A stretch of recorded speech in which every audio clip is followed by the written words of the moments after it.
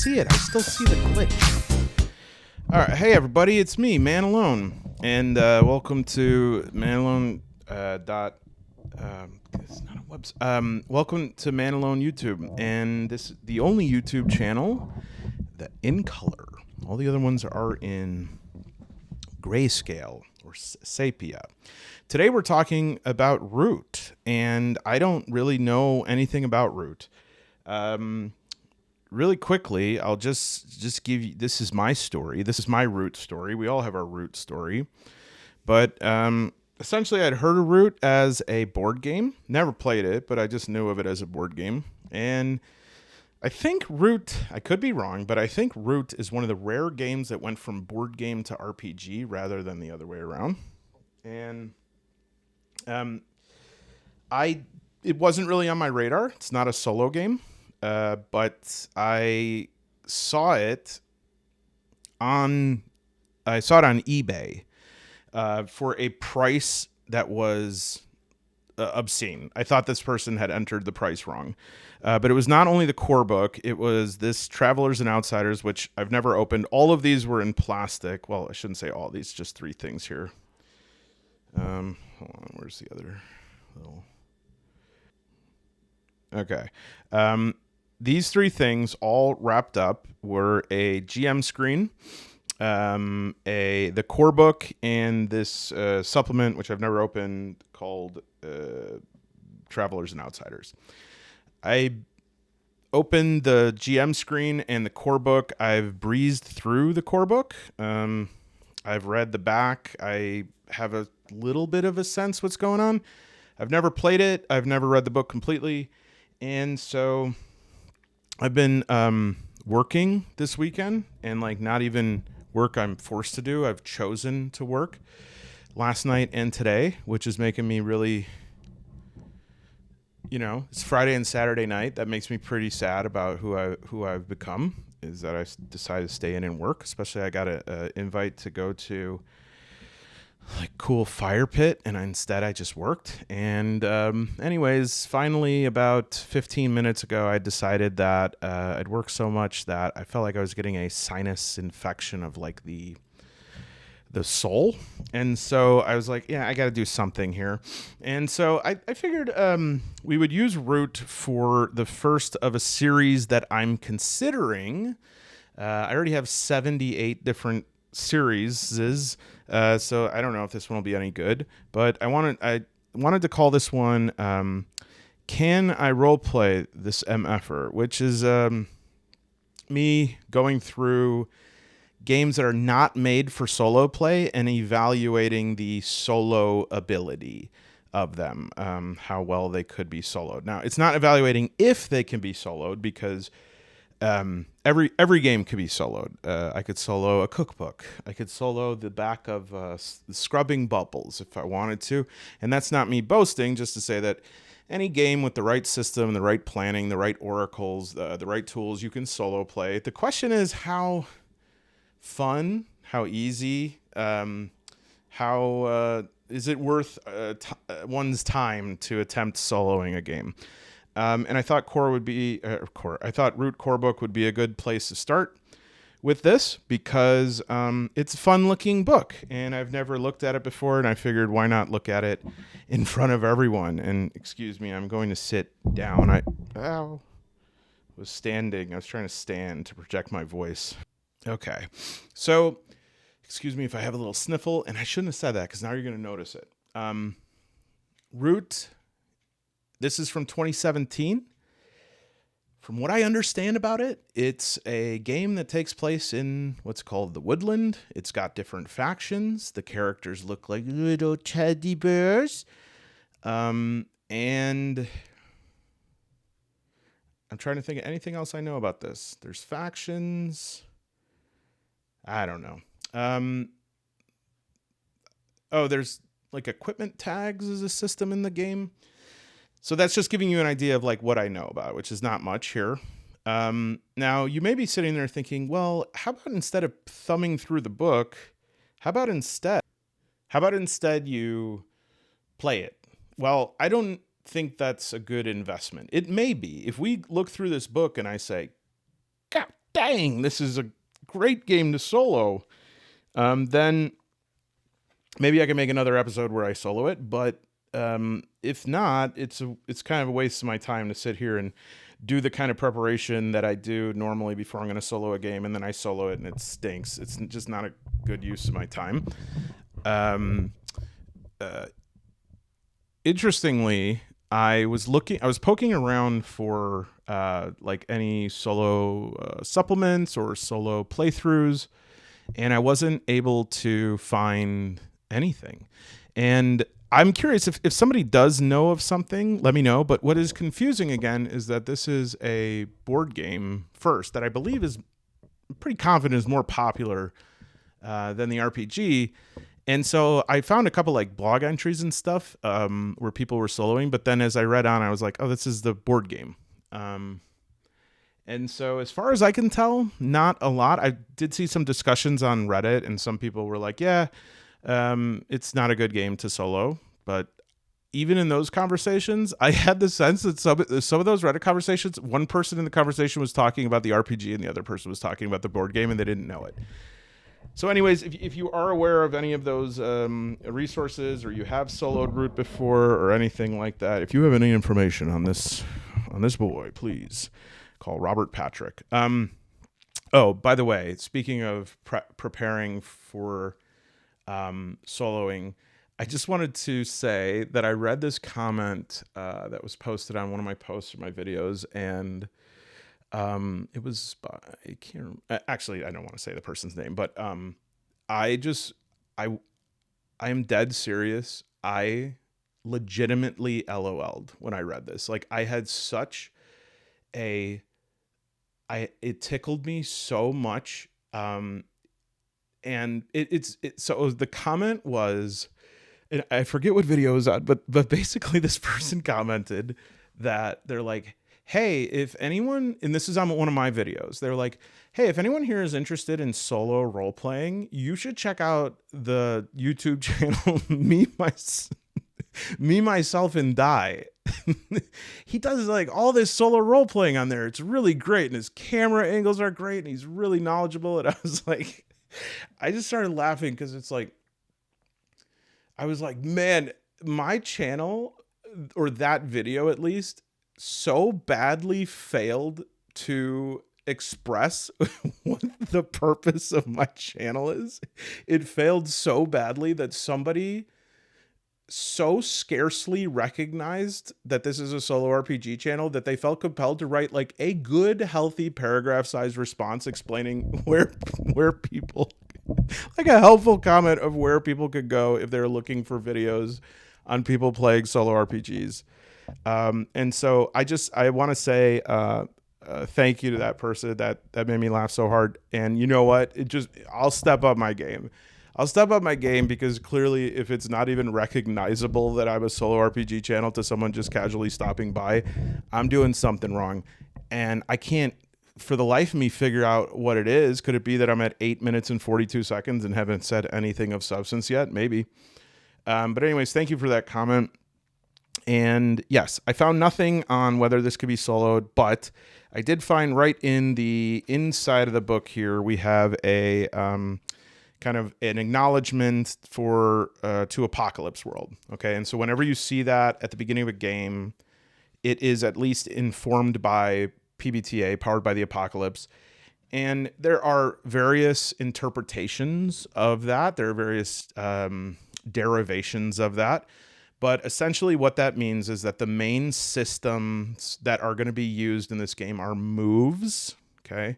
Making different moves, like based on different situations. You have like a menu of moves that you can do. And then using some sort of usually 2 dice involved in a resolution for those moves to see if you succeed or not. And so, for instance, in Ironsworn, you'll roll, I think, 2 d10s. I have a lot of dice combinations are on my brain right now, so I think that's it, but I can't tell exactly. And then depending on whether you hit both, you hit one and miss the other, or you miss both, that determines like how well you perform that move. And so based on that, you will decide like how the narrative proceeds from there. Okay. from what I can see, there looks like there's some good lore, more lore than we would expect for a game like this. And it has a lot of remedial information that almost makes me feel like this game would be appropriate for kids. But there are other parts that are that look quite complex. And then also there's an X card thing, which I don't know. Somebody's, grandmother got attacked by a squirrel or something. I don't want to start trouble. I don't want any more. Please. I didn't mean it. I'm sorry. It was just a joke. Okay. So, yeah, I don't know. I don't know if this would be appropriate for a kid. We'll see. Maybe. Why play? What will Root the RPG do for you that is special to it that you won't necessarily find elsewhere? Why play? Because you get to play cat adventurers, bird warriors, mouse thieves, and fox con artists, all in a world filled with animal characters, ranging from heroic to villainous. How weird is it that like Dragonbane could be described very similarly, but I feel like that passes a certain sniff test, whereas like something about the cadence of this feels like a bit childish to me. Not that I want to rule it out. It's not like everything has to be made for me, obviously, right? People like different stuff. People can like what they like. But I wonder what it is like that reads that way for me, because you get to tell the story of awesome, chaotic, skilled, surprising characters having adventures across an ever-changing landscape, because you get to actually change that landscape, because you can stand strong against dangerous powers, keeping innocents safe from their oppression, and come through victorious, if not unscathed. Because telling dramatic stories about skilled and capable, I think we've said that a couple times here, characters in tense situations is a path to moving, funny, involving, and exciting moments. Because you want to go on capers, have heists, rebel against tyranny, all in a world that might actually respond to your actions. And because Woodland is in danger and you and your friends may be its greatest hope. All right, I like that. There's a lot, like I said, there's a lot of remedial stuff in here that I actually like. And there's a lot of people who are like, why do I need like a section on how to role play or like how to have conversations in role playing games? It's like, dude, I've played a lot of, group games over the last 6 months. I think a lot of very experienced role players need to relearn how to have conversations, because I have played with too many people in the last 6 months that just think that they're having a conversation with themselves and that we are all there to enjoy it.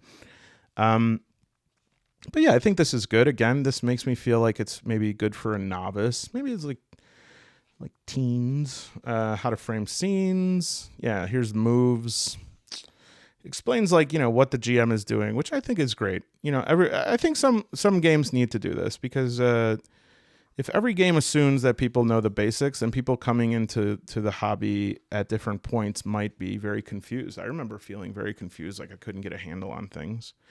Yeah, so this is there's that entry for moves, and now this is hits and misses. This is what I was talking about with the PBTA thing. When a move asks you to roll, you'll grab 2 6-sided dice, herefore to refer to as 2d6, and roll them. So in this, it's 2d6.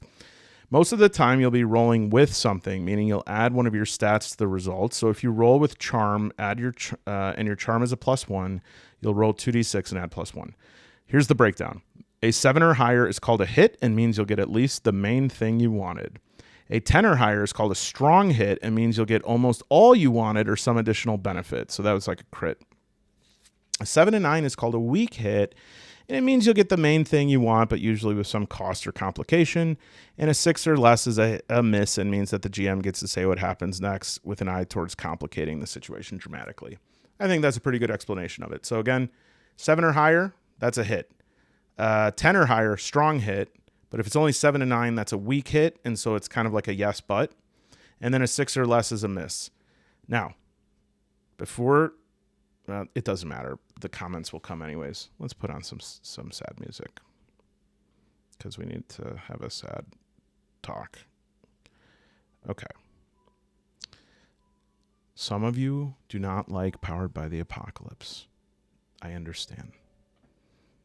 And if I ever forget that you don't like it, I'll just look in the comment section of any game that features Powered by the Apocalypse rules to remind myself.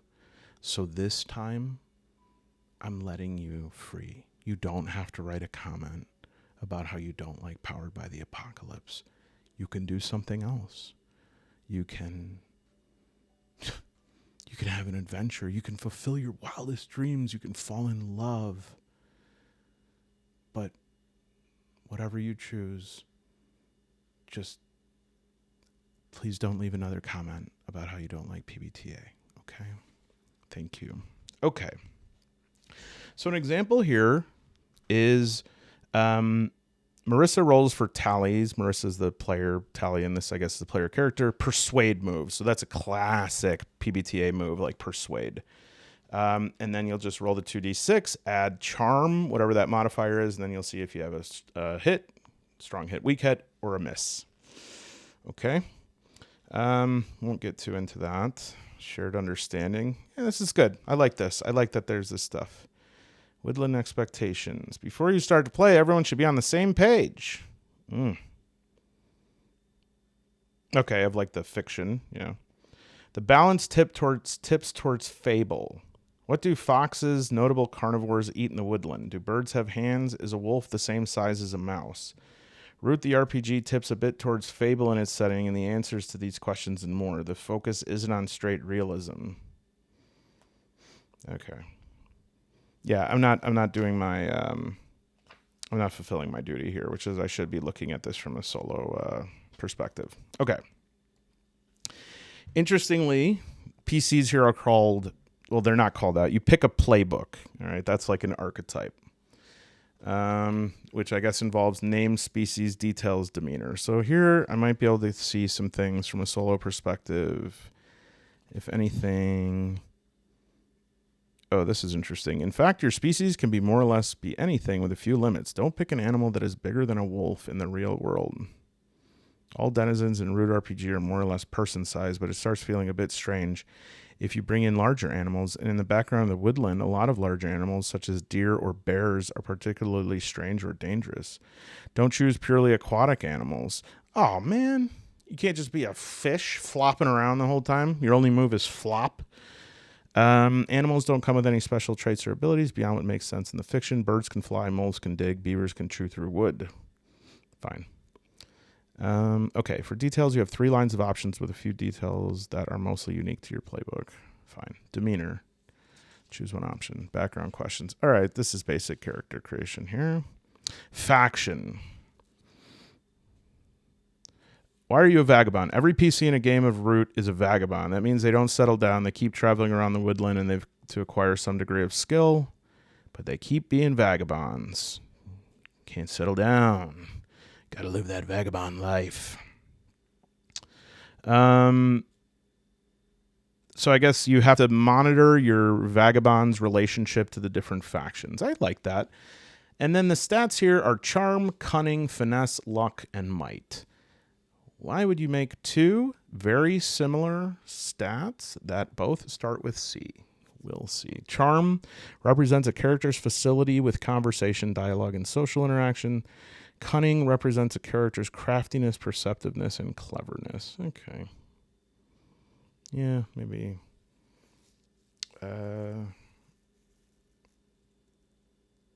Yeah.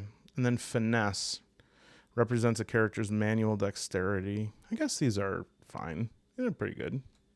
I'm trying to think if they're like specific enough. It looks maybe too specific. Okay. Natures and drives. Every Vagabond PC has a nature and 2 drives. So that's good. Okay, so drives is a good thing to have in any solo play because drives, I would say, are one of the higher level operating principles that you can come back to when you're not sure what to do next. You look at your drives and you say, given that these are what I want, or these are my world, this is my worldview, what would my character do next? And that's a very simple thing to think about, but too many people don't think about that higher ordered thing. They think about too much like right now. And if you think about it, so much of what we do from moment to moment in our life is so stupid. Like the decisions we make are so bad. Like we will make decisions that affect us for the next 10 years for the worst reasons. And so when you go, oh, why did I make that decision? Or why did I do that? If that person then goes back to their drives, like what is actually driving them, they're much more likely to find the answer to that question than in what was I feeling at that moment, because that's irrelevant. So then you also have connections, which is another thing that's good. That's also something that's going to initiate action. Oh, this is okay. So faction reputation. I think this would be good too. So this is an ongoing thing where you monitor what the different factions think of you, and you can go from prestige to notoriety. That's cool. I kind of like that. Here, let me give you a closer look. Smash your face against that screen. I like that. So you keep track of this reputation, and every time, you do something or agree with that person, or, they say, fork it over, that's our prisoner. And you go, okay, then you get a +1. Or if you go, no, I'm protecting them, then that's a -2 or whatever. And I feel like what's coming to my mind with that right now, I guess from a solo perspective, whenever I see anything that involves stat management, a question that comes up is, how will I determine the intensity of that?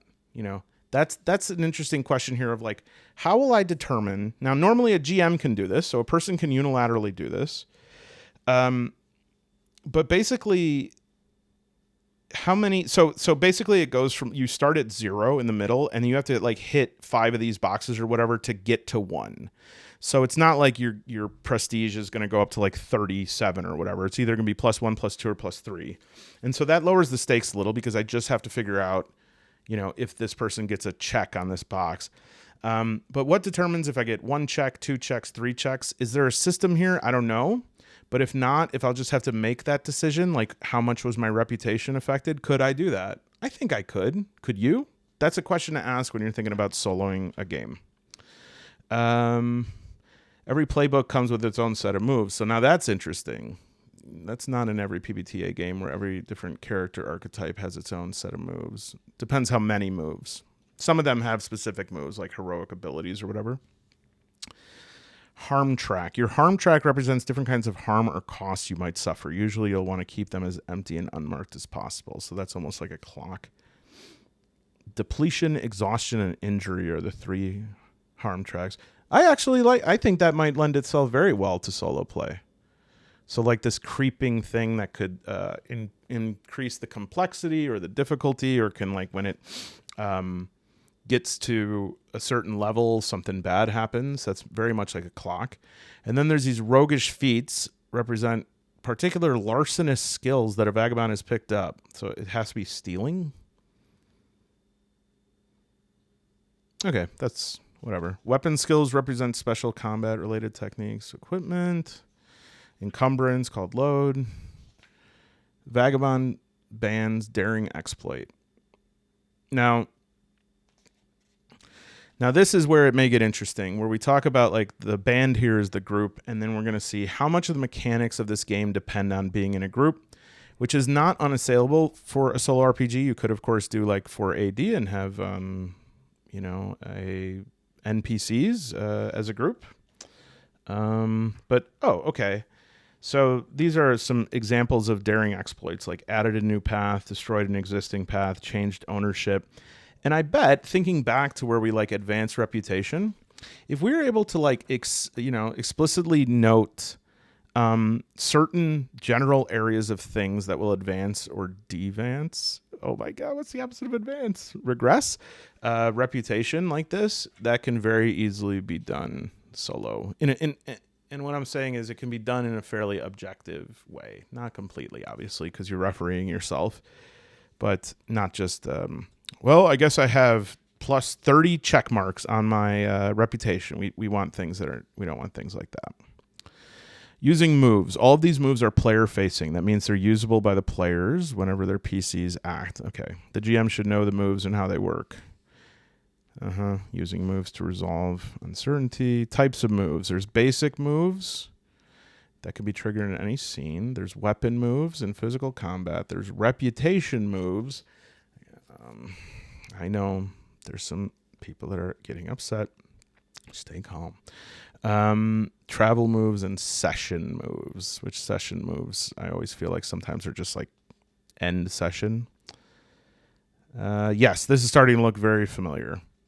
Hold. Some moves use a few additional specialized terms in their results. Okay, so this is something that is like a...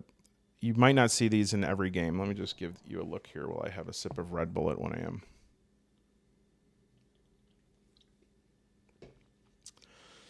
So if you ever see +1 forward in a game, it means that you just add 1 to your next roll, or +1 ongoing means you apply it.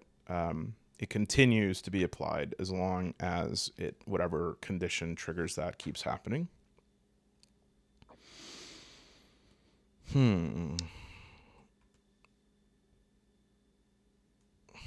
me read over this page so as to not waste your time.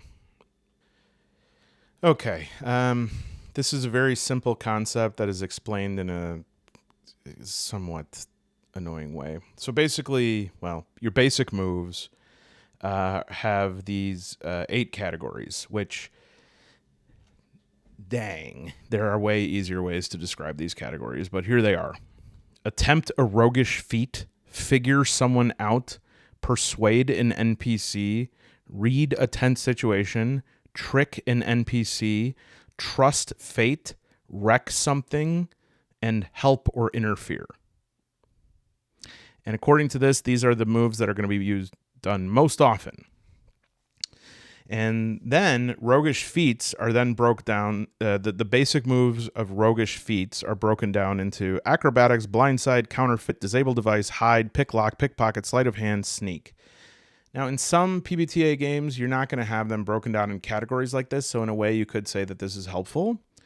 Most of them are just going to have this very long list of moves, which can feel quite overwhelming. And so this actually might be better, even though it seems a little bit tedious. It might be better. I want to just take a peek at the GM screen to see if it has all of the moves. I think it does, and that would be very nice for solo play.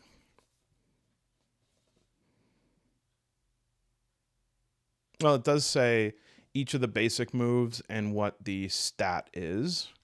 Weapon moves, roguish feats. Good. Okay. All right. I have to burp. I'm going to pause it. I'm sorry I had to pause. My channel is, it's anywhere between 50% men and 99. And so for whatever percentage of individuals who are watching who are not men, I'm sorry. I was raised in a way that I cannot burp into your ear. Flashbacks. Okay. Flashbacks is actually a very good solo tool. And what Flashbacks does is it rectifies or creates something in the present. So for instance, if I was like about to, this can actually set up really cool epic scenes.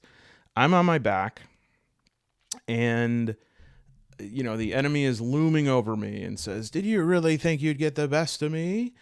I can then trigger a flashback and attempt a move back in time where I say I hide a dagger under, the table where I'm backing myself into. And then I go back to, and if I succeed that, whatever way the GM or myself decides to resolve that, I then go back to present and I say, "Oh, but you're forgetting one thing.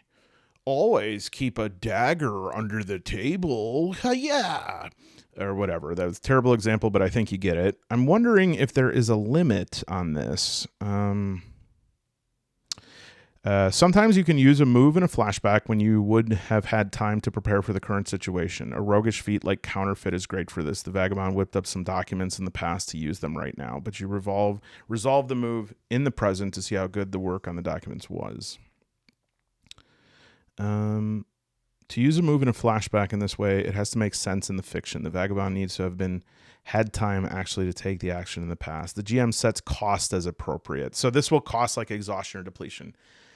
I'm going to say right now, this is actually a great solo move and should be used more often. This is a great solo move that should be used more often because so often when you're solo playing, you literally and figuratively get backed into a corner and you're like, well, shit, what do I do here? Hit a flashback, set something up that makes sense, right? You can't say, oh, well, yesterday in the city, I planted, this key here, when it's like, we weren't in the city yesterday. We were at your grandmother's house. We were listening to your grandmother play pipe organ of When the Saints Go Marching In. And you had commented that she had missed a few notes, and it gave you a sense of sadness because you realized how ephemeral this life was, for instance, is something that could happen in the game. So yeah, risks of attempting a roguish feat. The risks of roguish feats are largely in the GM's control. The GM selects an appropriate applicable risk.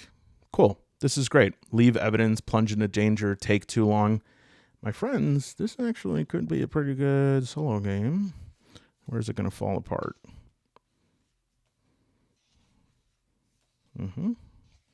So this is just going over all the basic moves. Basic moves, check. I think it'll work. Wreck something. Wreck something!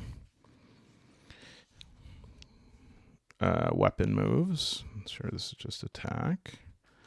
Range. Ooh, there's an intimate range.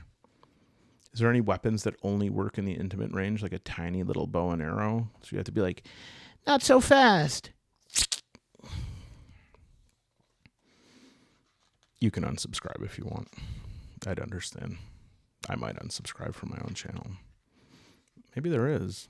That's basically what I just described. All right, nothing too interesting here. Harry a group of enemies at far range. Lord, where was this written? Is this British? This has got to be British. Nobody talks like this. Harry a group at range. Magpie. I don't know where Magpie is. Some of the names. Well, I can't very well say that Truman is a British name, considering that was the name of Harry Truman. Perry. Okay. Yeah, so this is all going to work. Quick shot. Nothing here. Nothing to see here. Storm a group. Vicious strike. Ask a favor. When you ask for a reasonable favor based on your reputation, that's why a reputation is pretty awesome. Now, this is a word I've just seen that makes me very nervous in solo play. Secret. Because what a secret means is that there's something that your player potentially does not know that's important to the story, and a true secret in solo play is not possible unless you were struck by lightning and you do not have communication between your left and right side of your brain due to a severed corpus callosum. But even then, you'll mostly just have problems with suppressing any sort of yelling out, like our friend Phineas Gage. You should look that up sometime. A vagabond goes to ask a favor of a denizen, and that denizen is secretly a member of the Woodland Alliance. The vagabond doesn't know that yet, though. So do they roll with their reputation with the denizens or the Woodland Alliance? The answer, the Woodland Alliance. Vagabonds are sharp enough to pick up small cues and signs of an NPC's loyalties, especially when those NPCs aren't really trying to hide it. Okay, so that has nothing to do with what I was talking about. Draw attention, sway an NPC. I really shouldn't be paging through a whole book on here, actually, on camera. Go buy it. Session moves. Yeah, this is just like... Session moves are meta. When the session ends, one at a time, each player may choose one element of their playbook to update or change. They do not have to choose anything if they don't want to. They may choose to do one of the following. Replace one drive with a new drive from any playbook. Replace nature with a new nature from any playbook. Replace a connection with a new connection. Is that the leveling up system? I don't love that, but let's take a look at the playbook. Oh, this looks nice. Finally, the book looks a little interesting here. Different playbooks. Adventurer, Arbiter, Harrier. I mean, does that say Harrier, or am I seeing things? Or does that say Narrier? What's up with this word? I rarely say harried outside of some, an uncle name. Ranger, Ronin, that's cool. Scoundrel, thief, tinker, not tinkerer. An innovative, technically competent vagabond, vagrant. Your nature, you could choose one. Yeah, see, this is the interesting message about this game, because once again, this is such a simple sheet here. But then again, you know, like Mouse Ritter is pretty simple, and that's not explicitly for kids, although it works well for kids. So these are the specific adventure moves. I guess you could just like switch these around. My question is, the max stat is +2. I'm wondering if this is the, well, let's keep going. Is there a leveling system here? Background questions, that's nice. This is very nice. Background questions to ask yourself to like create the character. Arbiter. I gotta see the Harrier. The Harrier. You're a quick, enterprising vagabond racing easily from building to building. I'll call it the Scurrier. I think this is one who scurries. Species, fox, mouse, rabbit, bird, squirrel, or other. All right, so yes, you could take a look at that. Those are the scoundrel, the thief, the tinker. Advancement. Okay, advancement. Let's see how advancement works. Advancement are explicitly the rewards for a vagabond who pursues their drive. So this is drive-based, not like XP-based. Ambition. Your reputation is a number, not simply prestige boxes. The absolute value of your reputation has to go up. You advance for any time your reputation with any faction goes up. Chaos. Advance when you topple a tyrannical or dangerously overbearing figure or order. Clean paws. But is this leveling? A PC advances just as soon as they fulfill the condition of their drive. At the end of each session, GMs and players should go around and see if anyone fulfilled a drive but just missed it. If they did and they haven't advanced for that drive already, they can advance then at the end of the session. But do you get increased stats?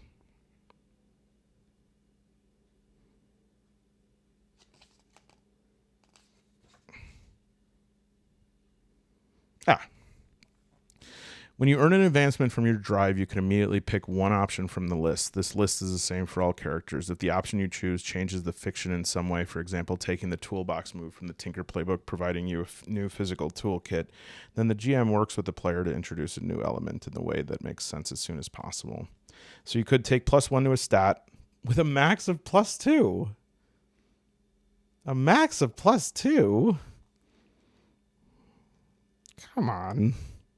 I can only get a +2? Take a new move from your playbook. Max 5 moves. Uh-oh. Does this mean I'm going to have to get rid of moves? Take a new move from another playbook. Max 2 moves from another playbook. Take up to 2 new weapon skills. Max 7. Take up to 2 new roguish feats. Max 6. Add 1 box to any harm track so that it takes more to fill it, I guess. Take up to 2 new connections.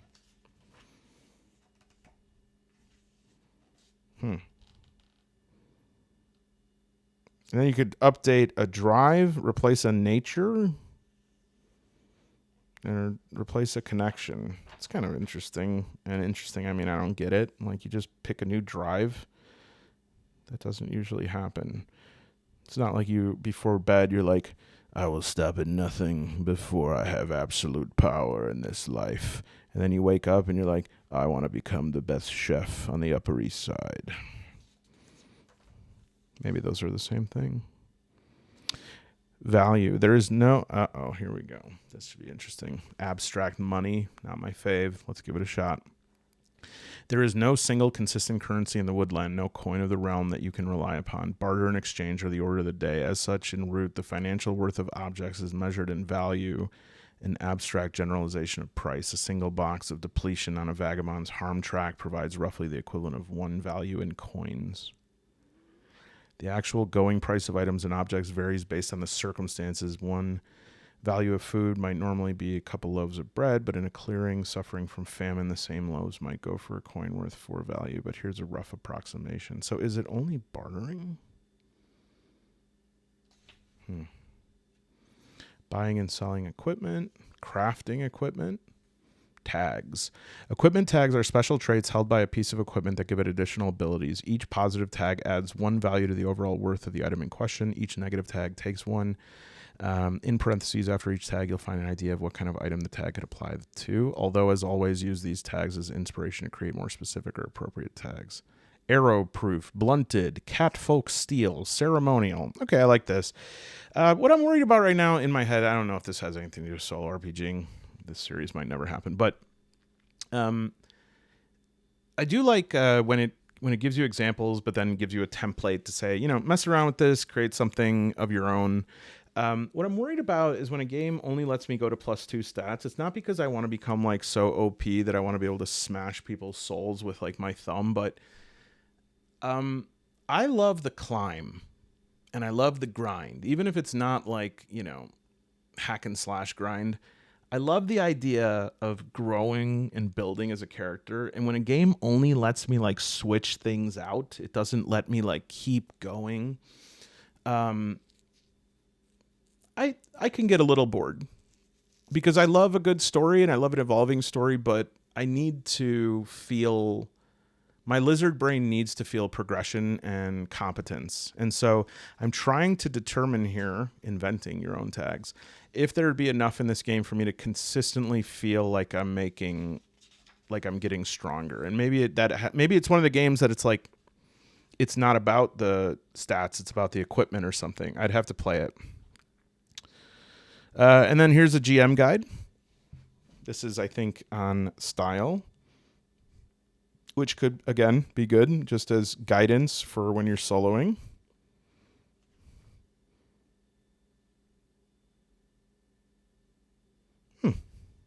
This is actually really good for GM guide. Address yourself to the characters, not the players. Yes, I think a lot of people need to read this.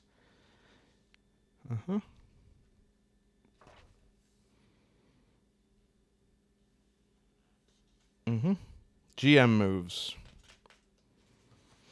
If agendas are your destination and principles are the paths you get there, then your moves are the moment-to-moment steps along those roads, passing ever closer.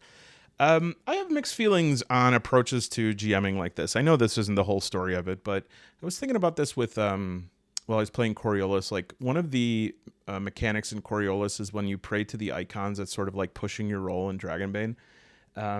And rather than giving a condition, one of the things that pushing the roll does is it gives a darkness point to the GM that the GM can then use to like create chaos, mayhem, very unfortunate scenarios. And what I was thinking was like, man, when I'm GMing, I don't want to have a darkness point to do that. But then on the other hand, sometimes, you make a decision that's really unfortunate for the characters and the players can feel like a little bit like, why did you have to do that? Or like, what are you doing? Like, and it's never, for me at least, it's never like that, but I almost feel like sometimes they feel as though I'm being malicious or something. Whereas if I had this like objective quantity of points to use and spend to, cause these different outcomes, that might actually substantiate that a little bit better with a little bit more of what we call ethos. A lot of the work is going to deciding whether a move is softer or harder. Every GM move can be softer or harder depending on its specifics when you describe it to your players. A softer move is used for setup, for pushing deeper consequences down the line. A harder move is used to deliver on stakes and consequences. So, what?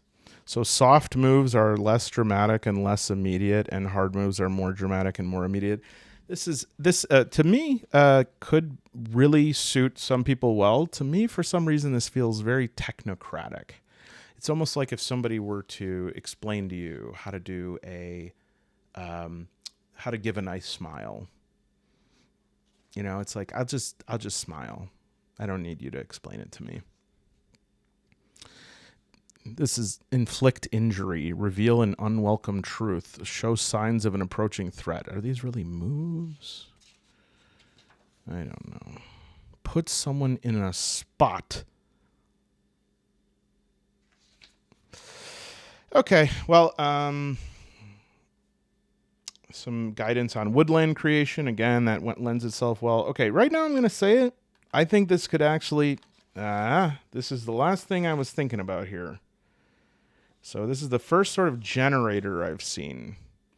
So this is fleshing out clearing. This is denizen control. And it looks like there's a whole piece of this that I haven't really zoomed in on, which is like the populace and the governance. And that is a piece of these things that this game that I think could make it really interesting. But yeah, okay, does this look like a little adventure here? Okay, this is, so I guess like instead of a mission, you have a clearing. So there's a lot of mechanics here with factions that I wonder if that would be good to include in it, or if this looks more like an adventure, or if that would be something that you would want to more or less ignore if you're solo playing. Again, I'd have to think about it a little more. Give me 1 second. I want to check something. All right. I mean, true, like total transparency. When I said I needed to check something, I suddenly just wanted to make and eat almost an entire pizza. So I didn't have to admit to it, but I did. So just consider that before you get upset. All right. So just really quick here, I'll open this. A live unboxing of something that is in transparent wrapping that's been out for 7 years. This is a YouTube exclusive. Here we go. Travelers and Outsiders. You saw it here first, folks.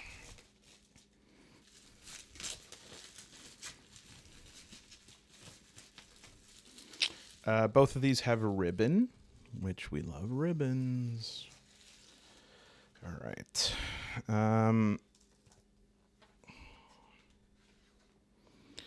Travelers and Outsiders is the first supplement to Root. Based on Root, a woodland game of might and right, a board game. Yeah. That's unreal. This Cole Worley and Kyle Farron, if they really... did they do both of these? Oh, okay. So the board game was designed by Cole. I was going to say, if these... to like be able to design both a board game and this would be really...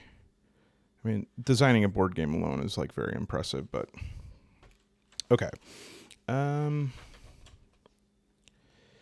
Actually, I don't know if this came out in 2017, because now that I'm looking at it, the board game came out in 2017, and this one, Magpie, is all the way up to 2021, so this might have been, yeah, printed in 2021 for the supplement, and then the core book, when was that printed?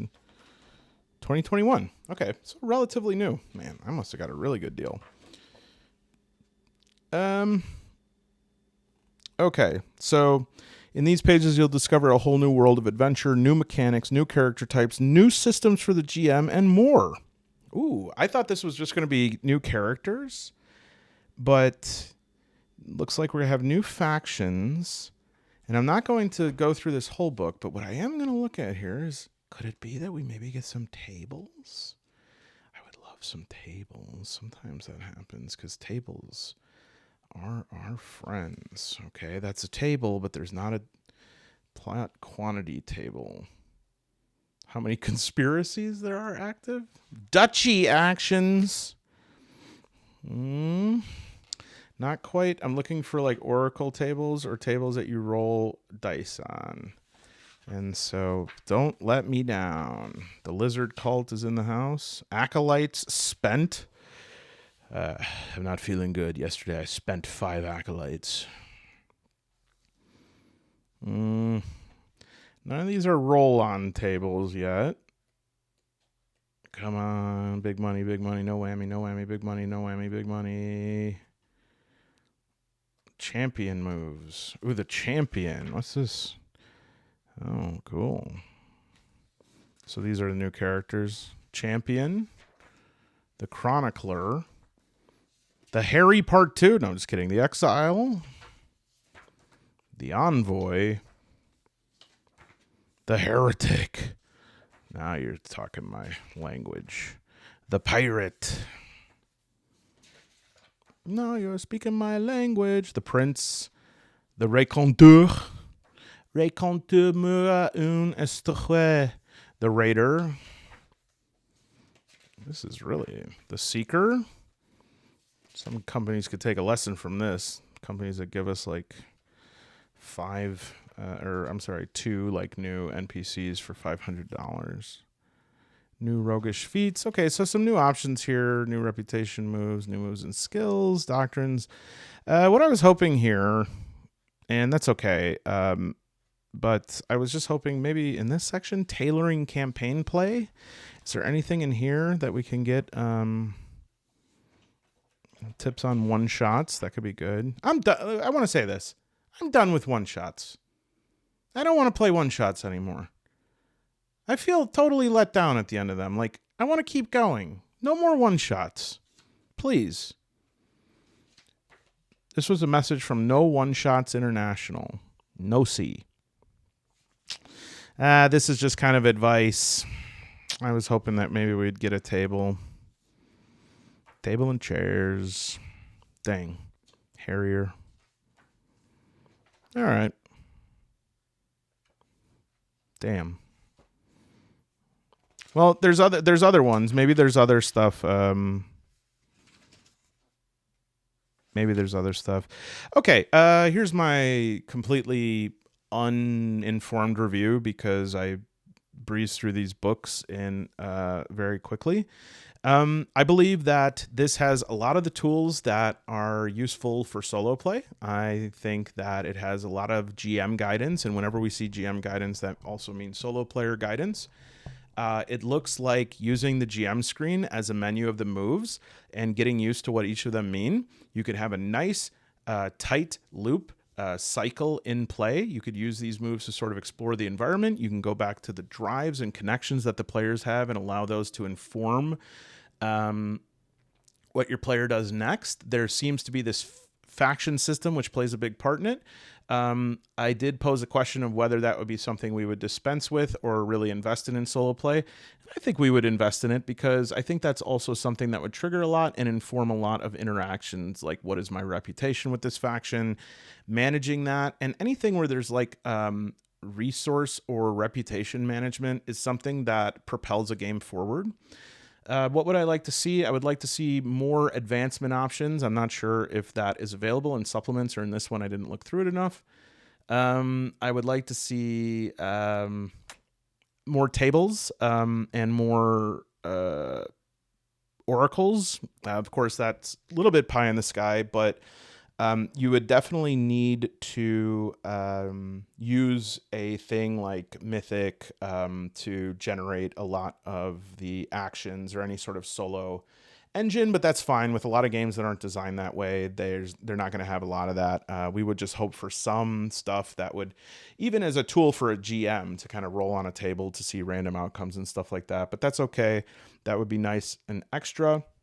It looks like we have a very well thought out, well structured lore and world to play in, and really fun art and very distinct style that if you are attracted to this, I think you could have a lot of fun in this environment because it's coherent. And I just love it when a game knows what it is, knows what it wants, knows what it do.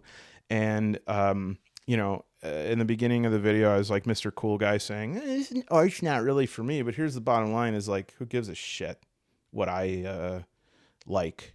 I mean, if you like this and you think this looks cool, like, go with this. If this is really speaking to you, this looks like a really cool system. The pages, this first one is glossed, but the rest of them, I think they're slight gloss. This is a very high, like, it feels good. It feels like, like you're getting something worthwhile, especially if you bought it at the price that I did. And so I think I am going to, now I just want to warn you, my system is very specific. I'm going to give it a square. Thank you for coming and for watching this and for just being a part of, everything that we do here, and goodbye. Oh, I'm sorry. There's about to be a loud sound.